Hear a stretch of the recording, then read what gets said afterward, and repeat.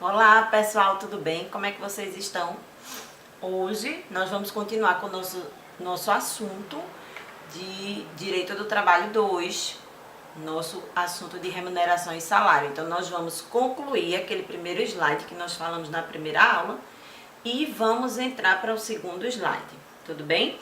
Na aula passada, eu lembro a vocês que a gente comentou um pouco sobre o conceito de remuneração e salário, falamos sobre as diferenças que existem entre remuneração e salário, comentamos, não é, sobre a questão da gorjeta, e eu lembrei a vocês que este assunto de remuneração e salário tem bastante mudanças, né, da reforma trabalhista, principalmente no que diz respeito à caducidade da medida provisória, que mudou a mudança, né? A gente teve algumas mudanças aí, principalmente com repercussão nas gorjetas e nas parcelas componentes do salário. Quando a medida provisória caducou, a gente teve uma mudança novamente. Então, eu peço toda a atenção a vocês, a leitura dos artigos, como eu tinha dito, para esse assunto. Os artigos 457 e 458 da CLT são muito importantes. Pois bem, então na aula passada nós falamos também sobre as características do salário, não é? E nós concluímos, nós paramos por aí. Na aula de hoje, a gente vai continuar lembrando para vocês o que vimos no semestre passado, quando trabalhamos com os princípios do direito do trabalho. Eu não sei se vocês lembram, devem lembrar que a gente trabalhou com o princípio da intangibilidade salarial, onde nós abordamos essa intangibilidade em 3 aspectos, né? O primeiro aspecto é a questão da irredutibilidade, né, que é bastante conhecida, inclusive é assim que está consagrado no artigo 7º da Constituição Federal, da irredutibilidade do salário. Falamos também da questão da intangibilidade no sentido restrito, que é a impossibilidade do empregador reter de forma indevida o salário do empregado, e falamos também na questão da impenhorabilidade do salário, pois muito bem, este é o ponto em que nós devemos fazer uma breve volta ao passado, dar uma olhadinha aí no caderno que a gente falou sobre isso, não é? Dos limites da irredutibilidade em acordo, convenção coletiva de trabalho, por no máximo 2 anos, né? A questão das retenções devidas pelo empregador no artigo 462, né? E a questão da impenhorabilidade, lembrar também a mudança que sofreu o CPC, não é? A ampliação que o CPC trouxe no conceito da questão do salário, não é? Que ampliou essa dimensão aí, sendo possível até os trabalhadores autônomos, né, ter proteção aí contra penhora nos seus honorários, não é, por conta dessa ampliação. Então, convido vocês a darem uma olhadinha lá no caderno, nas aulas do semestre passado, para lembrar isso. Dando continuação ao nosso assunto, a gente vai falar sobre algumas particularidades com relação ao salário, que algumas vezes, né, são abordadas em prova. A primeira delas é a questão dos menores de 18 anos. A gente sabe que é possível, não é, o menor ele trabalhar a partir de 14 anos na condição de aprendiz. Nós já falamos sobre isso, não é? Em outras ocasiões. No semestre passado teve um tópico do assunto só destinado ao trabalho do menor, e nesta ocasião nós falamos sobre isso, não é? Que o menor ele poderá trabalhar na condição de aprendiz a partir dos 14 anos, e a partir dos 16 anos ele pode trabalhar desde que não seja em locais perigosos, insalubres, no trabalho noturno, não é, como a gente bem falou. Então imagina que a gente está com esse menor, né, trabalhando, e a gente sabe que na situação de emprego todo trabalhador, após 30 dias, ele terá direito a um salário até o 5º dia útil do mês subsequente. Qual é a particularidade com relação ao menor que consta do artigo 439 da CLT? É que o menor ele não vai precisar, não é, nem de uma assistência, nem de uma representação, não é, para poder firmar os recibos comprovantes do recebimento de salário, o contra-cheque, famoso contra-cheque, ou olerite, como queiram chamar. Então, o menor, mesmo que ele não tenha, não é, plena capacidade para os atos da vida civil, porque a gente sabe que isso só se concretiza após os 18 anos. Então, mesmo que ele tenha menos de 18 anos e não tenha essa capacidade plena, o direito do trabalho autoriza expressamente esse menor a firmar os recibos de salário sem a necessidade de uma assistência ou de uma representação. Essa é uma particularidade muito interessante. A única coisa que a lei veda neste ponto é que o menor firme a quitação do seu contrato de trabalho. Mas os recibos de salário mês a mês, ele está habilitado a fazer isso sozinho nos termos do artigo 439 da CLT. Uma outra coisa que a gente é interessante comentar, não é, no quesito particularidades do salário, é a questão da ocasião, da época do pagamento do salário. A gente aprendeu que o contrato de trabalho é um contrato de trato sucessivo.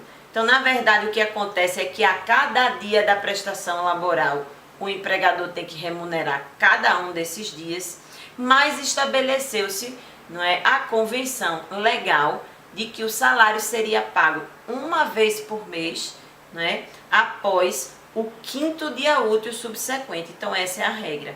A cada 30 dias, a gente tem o pagamento do salário, que poderá acontecer até o 5º dia útil do mês subsequente. Atenção, 5º dia útil não significa 5º dia consecutivo, dia 5, por exemplo, de cada mês. Não, o 5º dia útil é aquele dia que é computado desde que não seja um feriado, desde que não seja um domingo.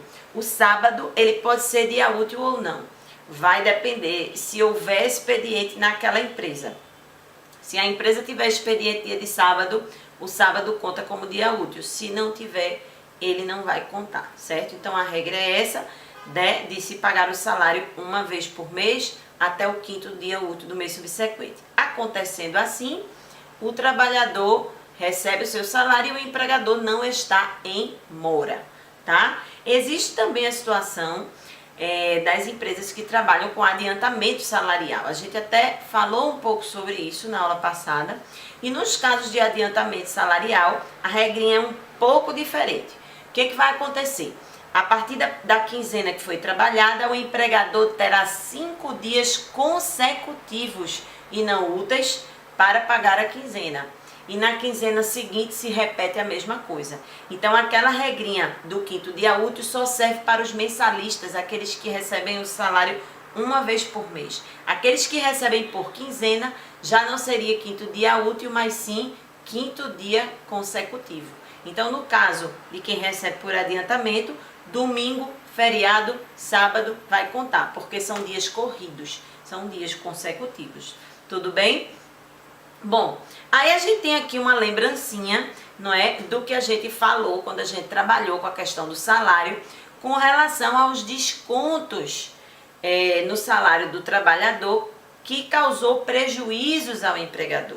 No semestre passado a gente falou que, em regra, os descontos não eram devidos, a menos que estivessem expressamente autorizados por lei ou pelo empregado. E quando a gente vai no artigo 462 da CLT, vai exatamente tratar sobre essa questão da possibilidade do empregador descontar, não é, do trabalhador prejuízos que ele tenha causado por dolo ou por culpa, não é, na prestação dos serviços. Então, qual é a regra aqui que deve ser utilizada? A primeira coisa que você tem que fazer é identificar se esse prejuízo que o trabalhador causou para o empregador, se foi um prejuízo que houve por culpa ou por dolo do empregado, não é? Então, o brinco, gente, que caiu. Então, se esse prejuízo foi causado por uma conduta culposa, ou seja, negligência, imprudência, imperícia, a gente tem uma regra. Se esse prejuízo foi causado por uma conduta dolosa, a gente tem outra regra. Então, vamos começar pelo mais simples.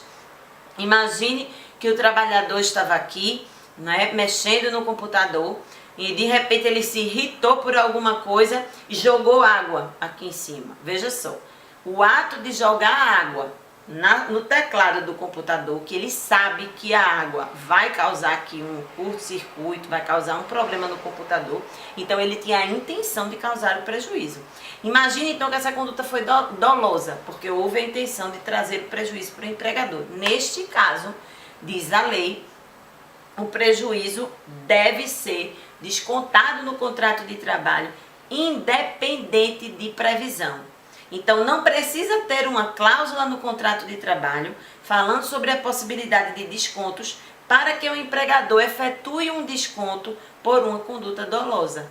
Contudo, se a conduta foi culposa, e aí a gente se lembra que a culpa ela pode acontecer por negligência, por imprudência ou por imperícia do trabalhador, o desconto só pode acontecer se houver uma cláusula contratual prevendo.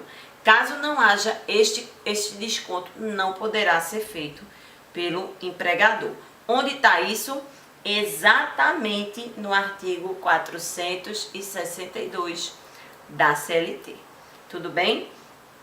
Bom, uma outra coisa que a gente tem que enfrentar é a situação da forma de pagamento do salário.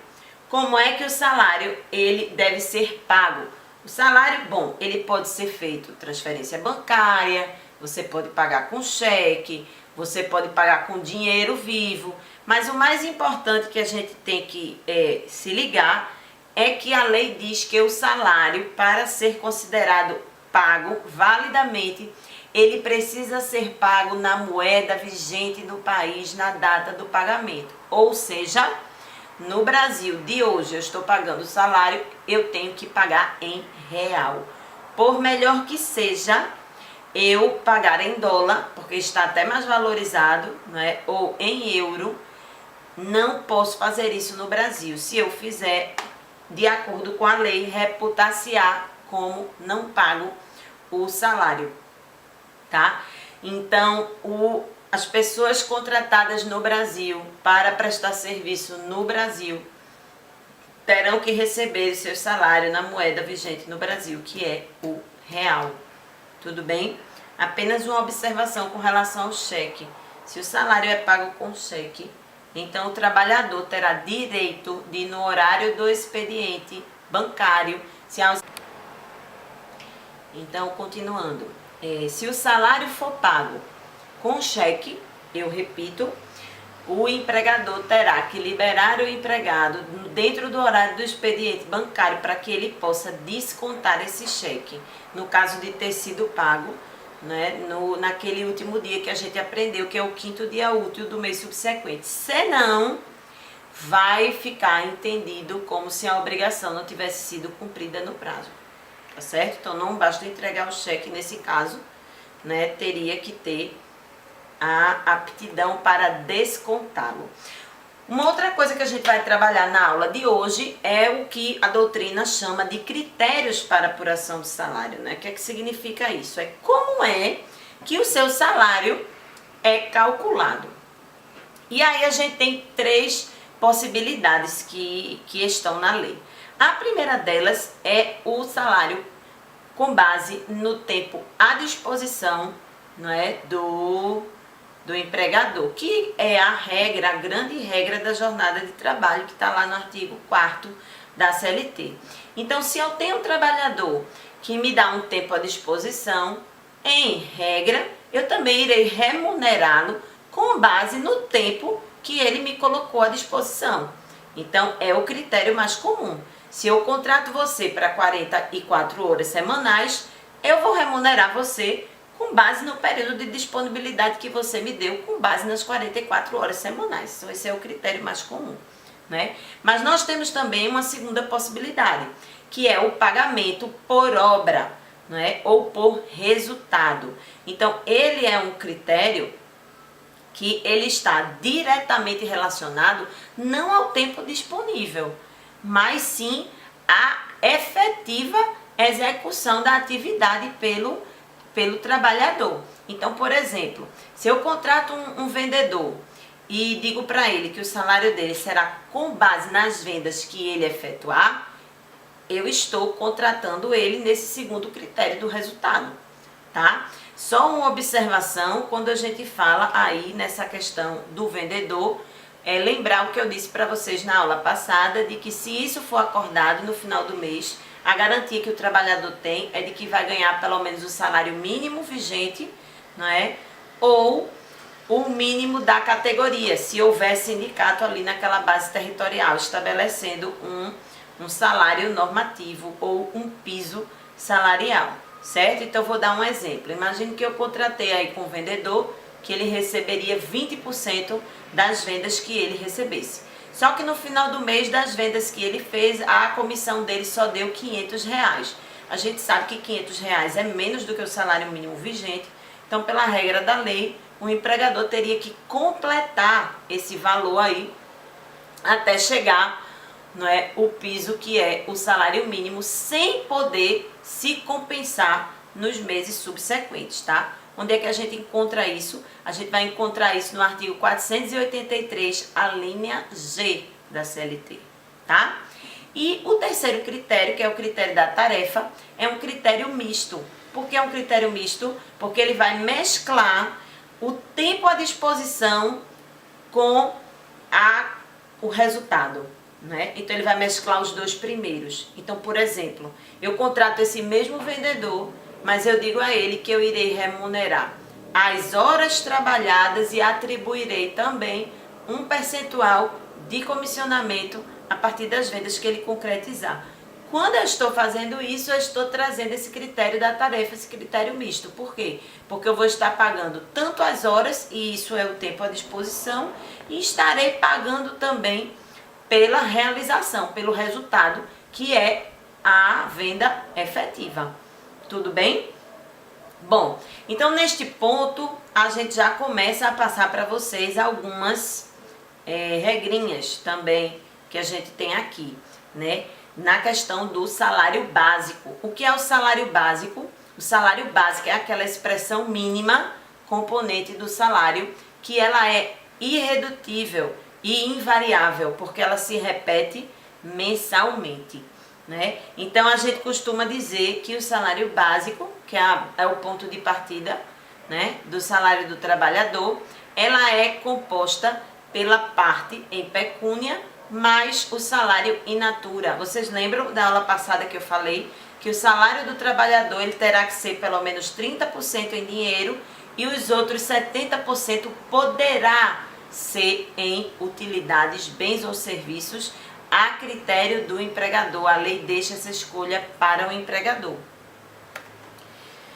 E aí a gente chega num ponto onde teve, gente, muita mudança. Então eu aconselho vocês, de fato, a pegarem mesmo o texto do artigo 457, o parágrafo 2º e fazer uma leitura bem atenta.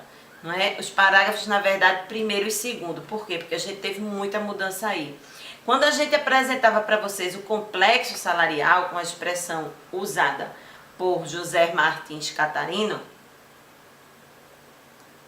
eu sempre dizia para vocês que o complexo salarial é o conjunto formado pelo salário básico, que é aquela expressão mínima, irredutível e invariável, que acontece mensalmente no salário do trabalhador, acrescido das expressões que elas são condicionais, que elas podem acontecer ou não, que elas não são repetidas, né, como o salário básico.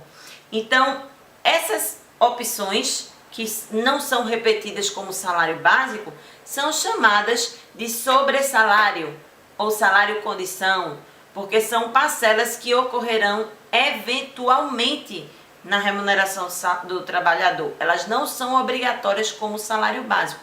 Pois bem, neste ponto o assunto mudou muito. Então eu aconselho que até nesse momento da aula, se você não estiver acompanhando com o slide, eu aconselho que você pare, pegue o slide para dar uma olhadinha nessa parte do complexo salarial. Porque a gente precisa estar muito atento com as mudanças que aconteceram. Basicamente, o que aconteceu? Todas aquelas parcelas que a gente estudava, elas foram retiradas. Só ficou as gratificações, as comissões e o resto foi retirado.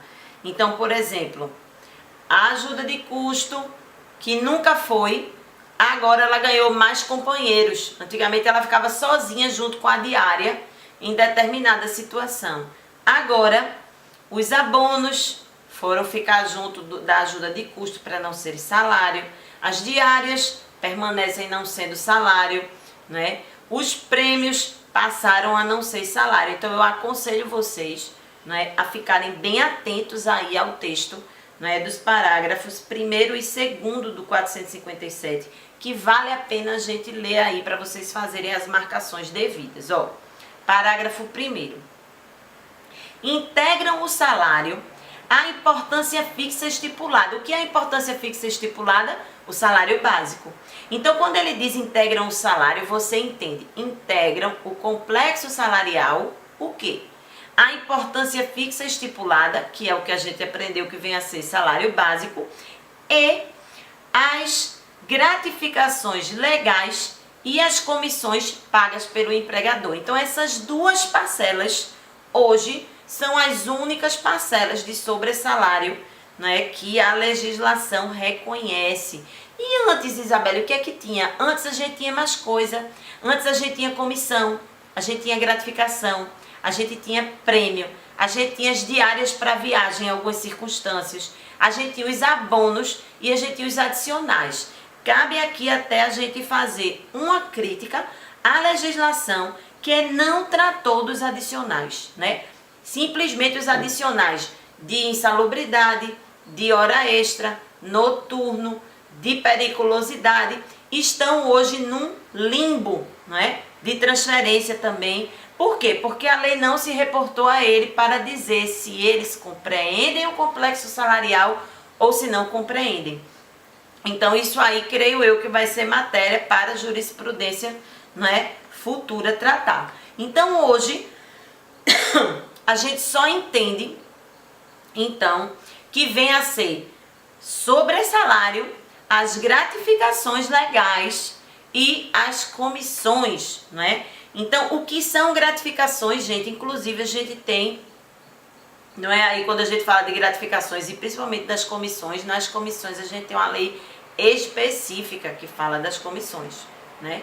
Então, o que são comissões? São aqueles percentuais ou valores fixos pré-estabelecidos que estão condicionados ao êxito da venda. Então, o que é o êxito da venda? É o sucesso da venda, não é? É aquela venda que se concluiu com o pagamento.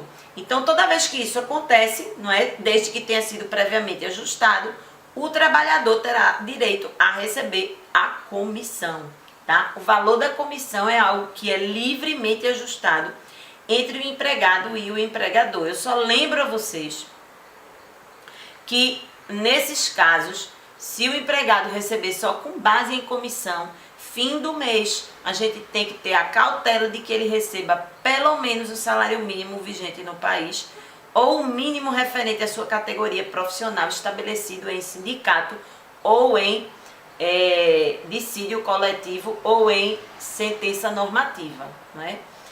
Bom, o outro, que são as gratificações, lembro também que a gente teve uma mudança recente por conta da reforma, porque a gente entendia que as gratificações elas estão diretamente relacionadas ao exercício de uma função de confiança. Isso não mudou, isso continua.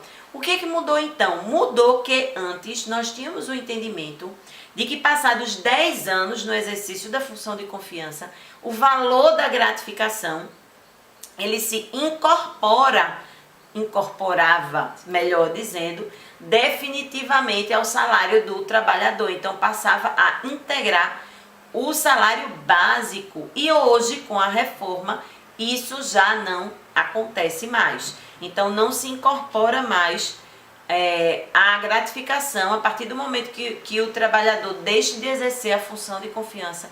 A qualquer momento ela também pode ser retirada, não é? Daí como sobressalário do complexo salarial. Então, uma coisa interessante acerca do salário condição, né, que também é chamado de sobressalário, ele tem esse nome por quê? Ele tem esse nome porque esta parcela referente só será paga se o trabalho for executado em determinadas condições. Então, por exemplo, qual a condição da comissão? Qual a condição da comissão? É o sucesso da venda. Então, eu só vou receber a comissão se a venda for concretizada com sucesso. Então, imagine aquela venda que a gente fez, não é, com um cheque, e o cheque não tinha provisão de fundo. Então, a venda não se concretizou. A comissão não é devida, neste caso, né? Então, imagine, no caso da gratificação, qual é a condição da gratificação? É o exercício da função de confiança. Se a função de confiança não é desempenhada pelo trabalhador, a gratificação deixa de ser devida. É justamente o que tem acontecido agora com essa mudança no sentido de não incorporação, não é, após 10 anos. Então, uma outra leitura interessante da gente fazer é a do parágrafo 2º, que foi outra mudança trazida pela reforma. As importâncias, ainda que habituais, pagas a título de ajuda de custo, auxílio alimentação, vedado seu pagamento em dinheiro, diárias para viagem, prêmios e abonos, não integram a remuneração do empregado, não se incorporando ao contrato de trabalho e não constituem base de incidência para qualquer encargo trabalhista ou previdenciário. Ou seja, receba ou não receba uma dessas parcelas aí, não vai ter recolhimento de FGTS, não vai ter recolhimento de INSS, né? Foi essa a consequência aí que a reforma trouxe, né? Lembrando que o auxílio alimentação antigamente, quando ele era pago em dinheiro, ele poderia integrar, não é, aí na condição de salário in natura, salário utilidade. E agora a gente sabe que isso não vai poder mais acontecer, né? O parágrafo 3º, lembra vocês, trata de gorjeta, e nós abordamos isso na aula passada. E o parágrafo 4º, que vai falar sobre os prêmios, e a gente não tinha antes da reforma um artigo específico dizendo que era prêmio, né? Era uma coisa que a gente interpretava. Então aqui está dizendo o seguinte, ó, consideram-se prêmios as liberalidades concedidas pelo empregador em formas de bens, serviços ou valor em dinheiro a empregado ou grupo de empregados em razão de desempenho superior ao ordinariamente esperado no exercício das suas atividades. Não mudou o que a gente entendia antes, apenas doutrinariamente com relação a isso. O que mudou é que isso antes fazia parte do salário condição, né? Fazia parte do complexo salarial. E agora a lei disse taxativamente no artigo 2º que ele não integra, tá? Um bom exemplo disso aqui são aqueles programas ou planos de participação nos lucros ou resultados, não é? A gente entende que isso aí sejam os prêmios, não é? Então, muita atenção aí ao artigo 457 neste ponto, tá? Então, algumas denominações aí que são importantes a gente guardar. A gente tem a situação do salário in natura. Eu falei para vocês na aula passada que salário in natura era aquele salário, não é, que poderia ser pago pelo empregador em bens ou serviços, né? É o que nós chamamos também de salário utilidade, né? Onde é que a gente encontra isso? A gente encontra isso no artigo 458 da CLT, não é? E a primeira coisa que a gente deve aprender... Então, gente, vamos continuar o que a gente estava falando sobre o salário in natura, tá? Eu estava dizendo para vocês, no bloco anterior, sobre salário in natura, que se encontra previsto no artigo 458 da CLT, né? E que a primeira coisa que a gente tem que fazer para assimilar mais fácil essa matéria do salário in natura, primeiro é saber quando é e descartar quando não é, para facilitar o nosso estudo. Então, a primeira coisa que a gente tem que entender é que, nos termos da lei, é possível que o empregador remunere o empregado com bens ou serviços que não seja apenas pecúnia, né? Sobre isso a gente já tinha conversado. A gente viu que é possível ser até 70% dessa forma. Mas como? E aí o artigo 458 ele vai dizer, né, que pode ser alimentação, pode ser habitação, pode ser vestuário e deixa aberto a outras possibilidades. Então o que a gente tem que ter em mente primeiro? Primeiro é que a prestação, para ser considerada salário in natura, ela precisa ser habitual e ela precisa ser gratuita. Se houver qualquer cobrança por parte do empregador disso aí, isso já perde o caráter de salário in natura. E se não houver habitualidade também, se for uma concessão esporádica, também não terá o condão dessa parcela de ser uma parcela de salário in natura, tá? A outra coisa que a gente tem que observar para a gente entender se aquela utilidade que está diante da gente é salário utilidade, é muito importante fazer essa diferença. Nem toda utilidade, ou seja, nem tudo aquilo que é útil para nós, que pode ser útil à nossa vida, é entendido como salário utilidade. Então, o primeiro critério, como a gente viu aqui, é a habituidade da concessão e a gratuidade da concessão. O segundo critério que a gente tem que observar é que a prestação ela tem que ser fornecida em virtude do contrato de trabalho. Então, com o caráter de contraprestação. Se ela for oferecida para o trabalho, então não é salário. Pode ser assim, um meio para viabilizar o trabalho. Então, por exemplo, eu tenho meu funcionário que trabalha, eu ofereço a ele um notebook para que ele possa fazer o seu trabalho. Esse notebook não vai ser entendido como salário in natura. Eu entrego para ele um celular corporativo, eu não estou entregando isso como pagamento. Eu estou entregando isso como forma dele desempenhar suas atividades, tá? Então, a segunda situação tem que ser essa. A concessão tem que ser em virtude do contrato de trabalho e não para executar. Uma outra coisa também que vai nos ajudar a entender essa questão do salário in natura é saber o que a lei determina que não será, mesmo que seja concedido de forma habitual, mesmo que seja gratuito, mesmo que seja em virtude do contrato de trabalho. Existem as vedações legais. Que vedações legais são essas? A primeira, não posso fazer entrega de bebidas alcoólicas ou outras drogas nocivas. Se eu fizer, essa entrega não será considerada salário in natura. Está no artigo 458, tá?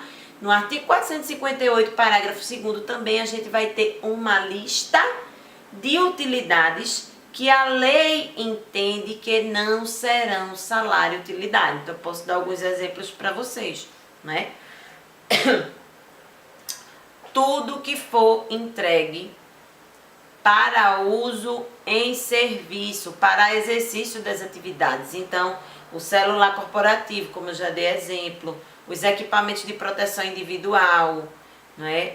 O fardamento, tudo aquilo que foi entregue para trabalhar não pode ser utilizado como salário in natura, né? Um outro exemplo que tem lá no 458 é o deslocamento ou transporte e daí volta para o local de trabalho, né? Em transporte do empregador ou não, tá? Então, o vale transporte, por exemplo, ele não terá, não é, a natureza de salário in natura. Um ônibus que a empresa frete para fazer esse serviço por ela também não vai se incorporar ao salário do trabalhador. Outro exemplo que a gente tem lá, assistência médica e odontológica, seja concedida diretamente pelo empregador ou por terceiro, seja diretamente paga pelo empregador na integralidade, ou seja, coparticipação, em nenhuma situação vai se incorporar ao salário do trabalhador. Educação, incluindo os valores para matrícula, mensalidade, material didático do trabalhador, não é entendido como salário in natura. Seguro de vida, seguro de saúde, previdência privada, seguro de automóvel, nada disso vai ser entendido como salário in natura. O Vale Cultura também não vai ser entendido como salário in natura. Então, vocês observem aí que existe uma ampla lista de utilidades, de benefícios que são bons para o trabalhador, mas que o empregador não vai ter que conceder como salário in natura. Então a lei protege o empregador isso, né? Então, ainda que ele conceda esses benefícios de forma habitual e de forma gratuita, eles não irão se incorporar ao salário do trabalhador na condição de salário in natura. Eu lembro a vocês que sobre o assunto a gente tem duas súmulas, uma súmula 241 que vai falar sobre a questão da concessão de alimentação, e eu entendo que essa súmula aí está prejudicada com a reforma, né, que ela vai dizer que a alimentação concedida por força do contrato, ela vai ter a natureza de salário in natura, só que a gente viu ali que no 457, no parágrafo, se a memória não falha, o parágrafo 2º, ele vai dizer exatamente que a alimentação não pode, o auxílio alimentação não pode ser concedido em dinheiro, e que mesmo que seja concedido em virtude do contrato, ele não vai ter a natureza de salário, né? E a gente tem também a súmula 367 do TST, que vai falar sobre a concessão de carro corporativo, de energia elétrica, e que nada disso, porque normalmente quando é oferecido para o trabalho, não vai ser entendido como salário in natura, tá? Então eu reforço para vocês que possam dar uma olhadinha nessas súmulas, porque normalmente quando o assunto é tratado em prova, essas súmulas aparecem, não é? A gente tem aqui também, ainda na pauta de hoje, para a gente conversar rapidinho, sobre o salário mínimo, que a gente já conversou sobre isso, né? Que a gente tem aqui nos termos da Constituição Federal, no artigo 7º, inciso 4º, a previsão de um salário mínimo vigente no país, e que esse salário mínimo ele é todo ano majorado por uma medida provisória, não é? E que esse salário mínimo é o valor mínimo que uma pessoa pode receber na condição de empregado no Brasil, tá? Ninguém que é empregado pode receber menos do que um salário mínimo por mês. Atenção, eu estou falando aí para os mensalistas, né? Para aqueles que têm uma jornada